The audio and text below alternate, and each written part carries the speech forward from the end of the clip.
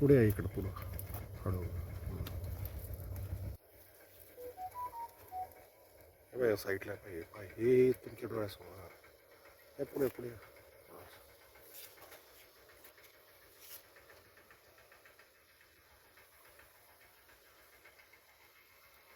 निपाड तालुक्यातील नैताळे या गावी मी 30 एकर द्राक्ष बाग लावलेला आहे. या द्राक्ष शेती करत असताना खूप अडीअडचणी येतात, पण बांगलादेशामध्ये जी द्राक्षाला मागणी होती त्यात आयात त्यांनी बंदी उठवली पाहिजे. कांद्याला जशी त्यांनी निर्यात बंदी केली ती पण त्यांनी उठवली पाहिजे. हीच आमची शेतकऱ्यांची या सरकारकडून अपेक्षा आहे. भाव काय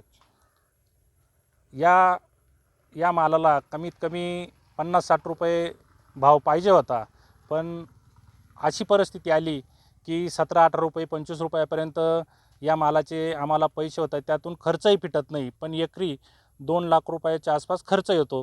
तो या भावातून फिटल असं तरी आम्हाला वाटत नाही.